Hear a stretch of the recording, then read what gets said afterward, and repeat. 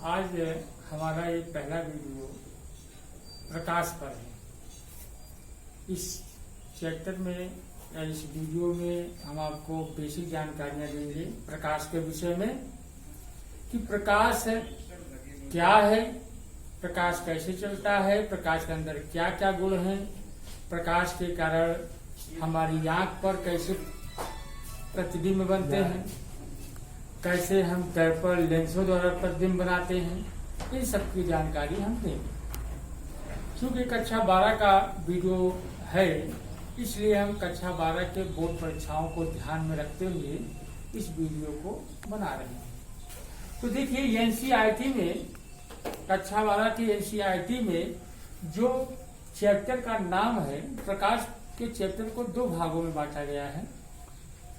एक भाग में उसको किरण मान करके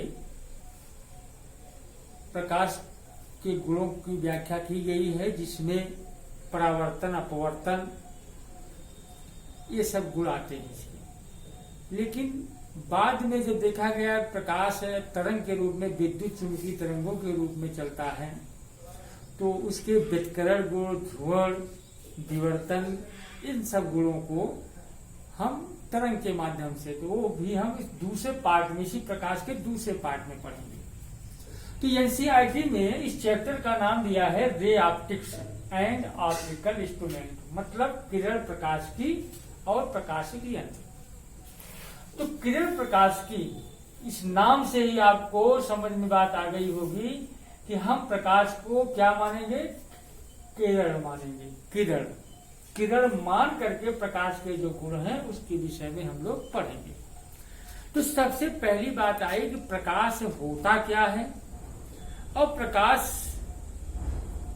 बोलने का मतलब क्या मतलब है, प्रकाश किस पाठ को कहते हैं। तो आपको प्रकाश नाम लेते ही आपके दिमाग में बात आ जाती है कि सूरज से जो ये प्रकाश, सूरज से जो चीजें आ रही हैं, जिसके कारण उजाला हो जाता है, जिसके कारण हम किसी वस्तु को देख सकते हैं। जब ये चीजें नहीं आती, जो सूरज से आती है वो चीजें नहीं आती, तब किसी चीज को नहीं देख पाते हैं, उसको कहते हैं अंधेरा है। और दूसरी चीजें, दूसरे तरीके हमारे पास हैं, जैसे बल्ब जला देते हैं, दीपक जला देते हैं, कैंडल जला देते हैं, तो कहते हैं कि प्रकाश आ गया। तो क्या आता है, तो इसके विषय में थोड़ा सा हम आपको बेसिक जानकारी दे करके आपको बताएं कि प्रकाश क्या है। अभी आप समझ जाएंगे तुरंत। सूर्य से जो चीजें आती हैं उसको हम कहते हैं विद्युत चुंबकीय तरंग। जो, जैसे सुन लीजिए, सूर्य से जो चीजें आती हैं उसको विद्युत चुंबकीय तरंग कहते हैं। तो विद्युत चुंबकीय तरंग शब्द देखिए यहाँ पे मिल गया। इसका मतलब सूर्य से जो चीजें आती हैं वो तरंगे आती हैं, तरंग आती है सूर्य से। तो वो जो तरंग है उस तरंग को हम यांत्रिक तरंग, मैकेनिकल वेव नहीं कहते, उसको हम इलेक्ट्रिक मैग्नेट या इलेक्ट्रोमैग्नेट वेव कहते हैं। इसको इंग्लिश में क्या कहेंगे, इलेक्ट्रोमैग्नेट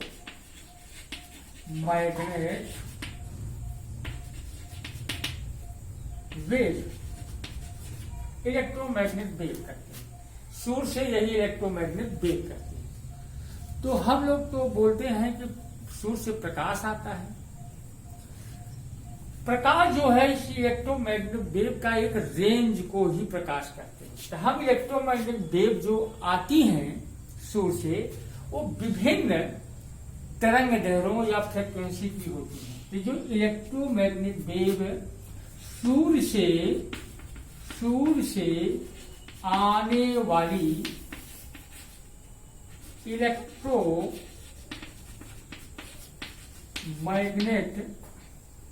या इसको हम हिंदी में लिख दें विद्युत चुंबकीय तरंग, सूर्य से आने वाली विद्युत चुंबकीय तरंग विभिन्न आवृत्ति अथवा तरंग दैर्घ्य की होती है। विभिन्न आपतित तथा तरंग दैर्घ्य की होती है। हम आपतित और तरंग दैर्घ्य पर नहीं जाएंगे क्योंकि कक्षा 11 में आप इन सब तरंगों के विषय में पढ़ चुके हैं। बस आप विद्युत चुंबकीय तरंगों के विषय में नहीं पढ़े हैं, यहाँ पढ़ेंगे तो आप इन आवृत्ति और तरंग दैर्घ्य से परिचित हैं। क्या होती है आवृत्ति तरंग दैर्घ्य? तो विद्युत चुंबकीय तरंगे क्या है? विद्युत चुंबकीय तरंगे की खासियत ये है कि इनके ये अगर तरंगे चल इधर रही हैं तो इसमें एक क्षेत्र विद्युत का होता है और एक क्षेत्र होता है मैग्नेट का। दोनों क्षेत्र होते हैं। तो चलने की दिशा के लंबवत विद्युत क्षेत्र कंपन करता है और चलने की दिशा के लंबवत चुंबकीय क्षेत्र कंपन करता है। दोनों कंपन करते हैं। इस तरह से तरंगे आगे चलती हैं और इसका मतलब विद्युत और मैग्नेट क्षेत्र जो है ये भी एक दूसरे के लंबवत ही है। तो अगर हम इसको x अक्ष माने तो एक y अक्ष में होगा, एक z अक्ष में होगा। इसमें हम बहुत डीपली नहीं जाएंगे क्योंकि इसके लिए एक अलग से चैप्टर ही है इसमें। तो हम सिर्फ इस लाइन को आपको थोड़ा समझाना चाहते हैं। जो मैंने लिखा विभिन्न आवृत्ति और तरंग दैर्घ्य। विभिन्न आवृत्ति तो किस किस आवृत्ति किस किस तरंग दैर्घ्य के ये विद्युत चुंबकीय तरंगे सूर्य से आती है। तो इसको जरा सा हम एक इसमें आपको एक चार्ट देते हैं और फिर चार्ट दे करके तब बताते हैं प्रकाश किसको कहते हैं। अगर हम एक इस तरह से एक लाइन खींच दें, इसमें एक लाइन खींच देते हैं, ये एक लाइन बना देते हैं। तो इस लाइन में हम अलग अलग पार्ट बनाते हैं। एक पार्ट ये है, एक पार्ट ये है, इस तरह से। इतने सारे पार्ट को हम दृश्य क्षेत्र कहते हैं। दृश्य क्षेत्र, दृश्य क्षेत्र कहते हैं। ये अवरक्त क्षेत्र है, अवरक्त। और ये है रेडियो, रेडियो तरंगे जिसको कहते हैं। ये अवरक्त तरंगे हैं। और ये रेंज जो है वो पराबैंगनी, और ये है यक्ष किरणें, और फिर ये है गामा किरणें, गामा किरणें। तो ये मैं क्या बनाया हूं? बनाया ये हूं कि इधर चलेंगे तरंग दैर्घ्य बढ़ेगा, तरंग दैर्घ्य बढ़ेगा। और इधर चलेंगे, अगर इधर चलेंगे तो आवृत्ति बढ़ेगी इधर। तो आप जानते भी हैं कि v equal to nu lambda होता है। तो स्वाभाविक है अगर वेग प्रकाश के एक वेग से चल रहे हैं तो अगर तरंग दैर्घ्य ज्यादा होगा तो आवृत्ति कम होगी, आवृत्ति ज्यादा होगी तरंग दैर्घ्य कम होगा। ये सब चीजों आप 11 में डिस्कस कर चुके हैं।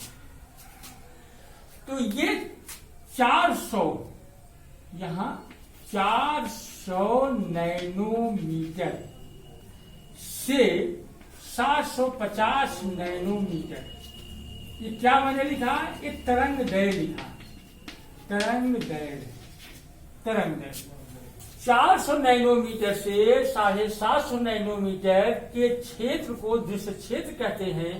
और यही एक दृश्य क्षेत्र का क्या मतलब है कि आप जानते हैं कि सूर्य के प्रकाश में 7 रंग होते हैं। तो 7 रंग है ये, जैसे बैगनी है, बैगनी, आसमानी,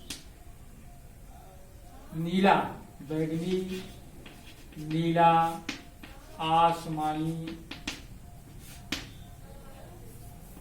हरा, पीला,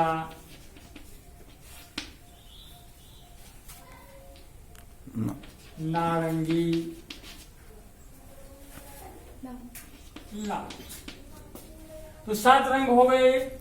तो ये 7 रंग जो है इनके रेंज कितने हैं? 400 नैनोमीटर से 750 नैनोमीटर। इसी क्षेत्र को हम लोग प्रकाश बोलते हैं। क्योंकि यही क्षेत्र जो है, जो ये 7 रंग हैं, इतनी तरंग दैर्घ्यों के जो किरणें विद्युत चुंबकीय तरंगे आ रही हैं, वे विद्युत चुंबकीय, अच्छा मतलब प्रकाश किसको कहते हैं?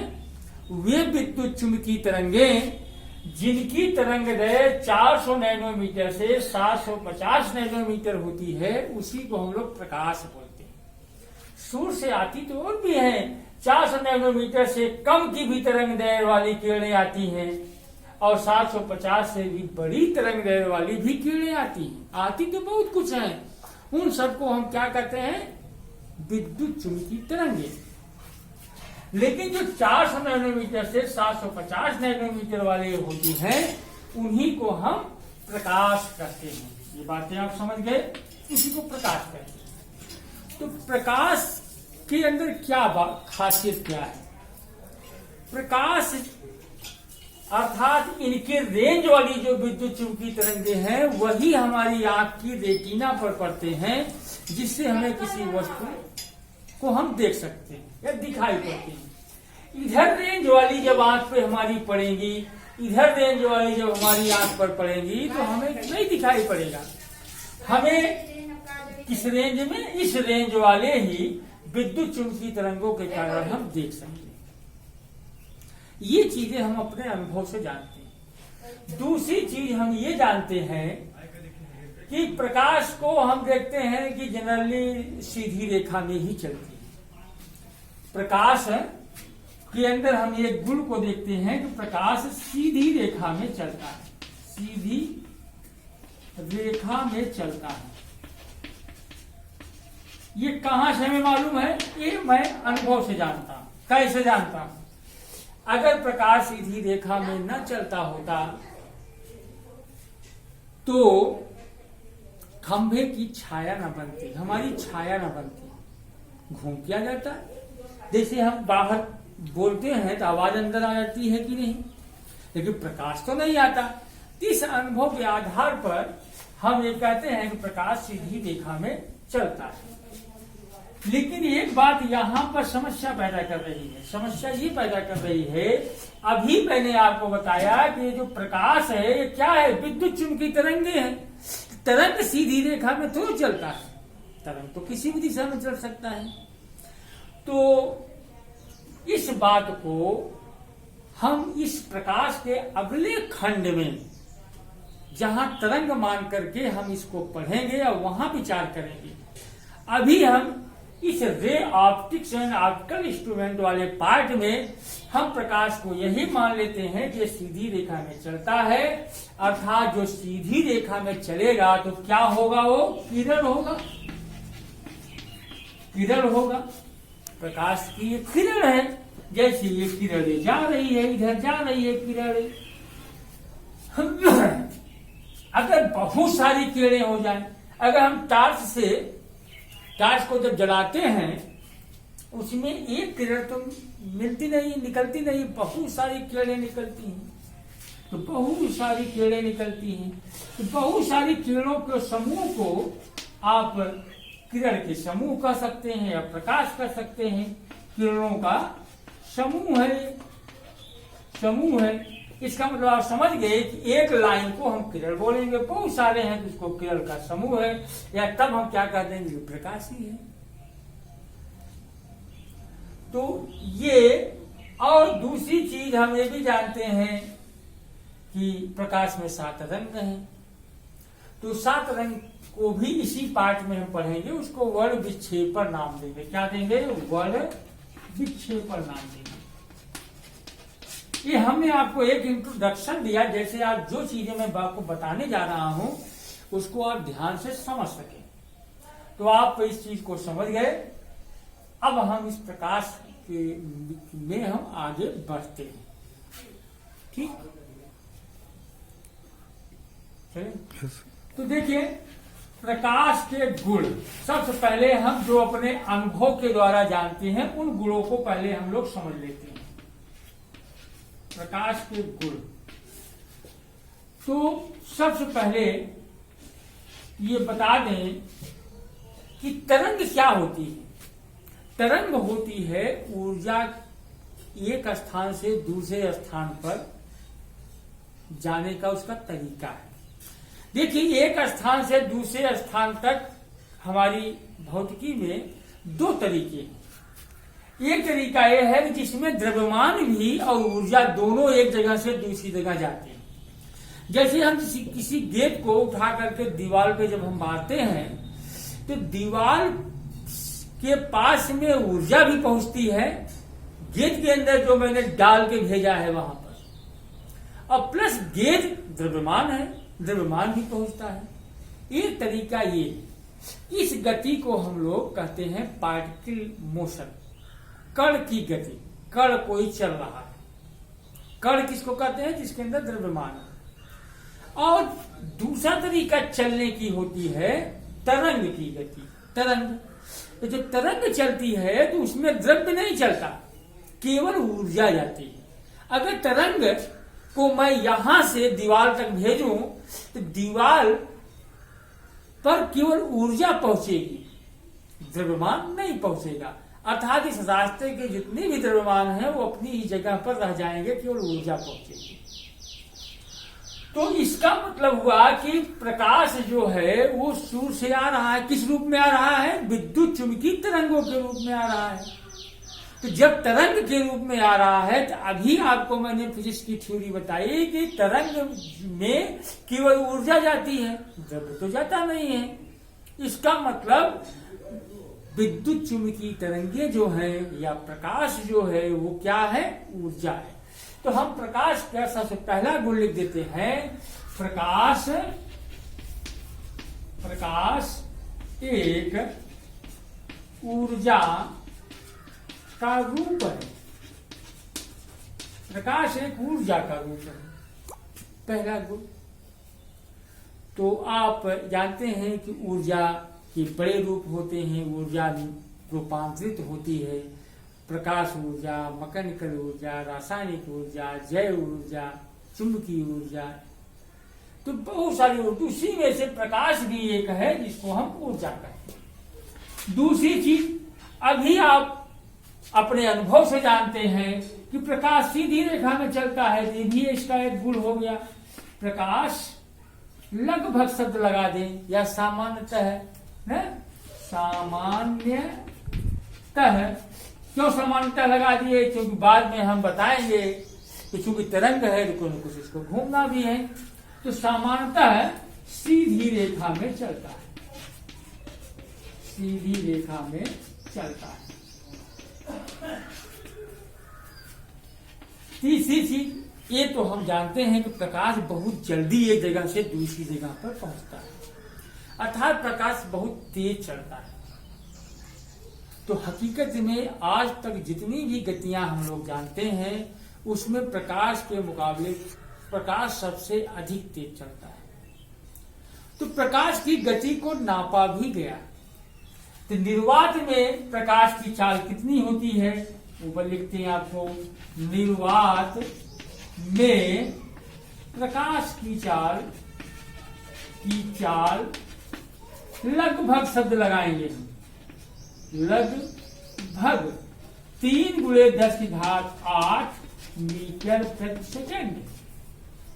ये लगभग होता है 2.99, आगे 7, इस तरह से कोई अंक 10⁸, इस रेंज में होता है। एकदम से करेक्ट 3 नहीं होता, लेकिन हम लोग 3 का ही प्रयोग करते हैं सवाल को लगाने में। देखिए 2.9 है, उसके आगे फिर 9 है। अगर इसका निकटतम आप जहां लिए तहां 3 तो बन ही जाएगा, मतलब बहुत नजदीक है 3 के।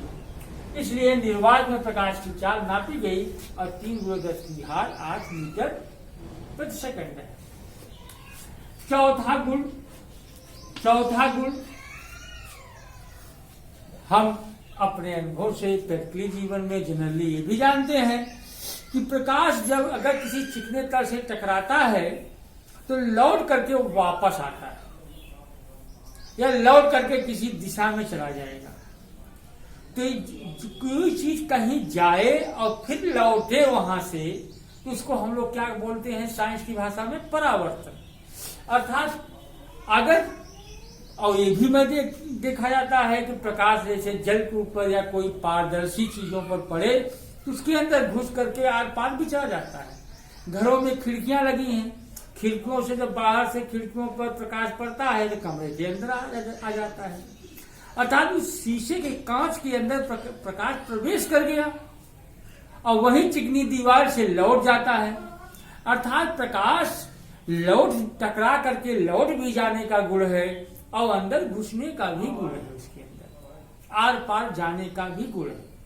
तो आर पार जाने को हम लोग अपवर्तन कहते हैं और लौट आने को परावर्तन कहते हैं। अर्थात प्रकाश के अंदर परावर्तन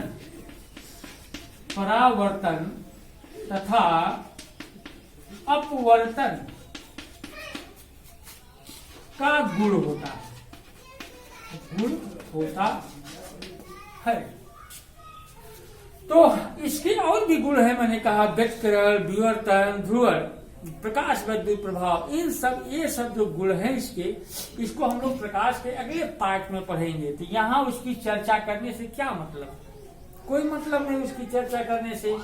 हम पहले जो चीजें छोटी कक्षाओं में पढ़े हैं उसको खूब पढ़ लें, उसकी एप्लीकेशन पढ़ लें, तब हम उन पार्टों की बात करेंगे। यहाँ पर तो हम आपको इसी परावर्तन से शुरू करेंगे। गुणों में आप चाहे तो एक पॉइंट और भी लिख सकते हैं। यहाँ पर प्रकाश एक विद्युत चुंबकीय तरंग है, ये भी लिख सकते हैं, इसी के साथ लिख सकते हैं प्रकाश एक विद्युत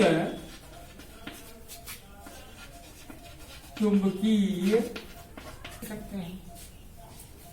तो अब हम प्रकाश के और गुणों की चर्चा न करके पहले हम इन सब चीजों की व्याख्या करते हैं।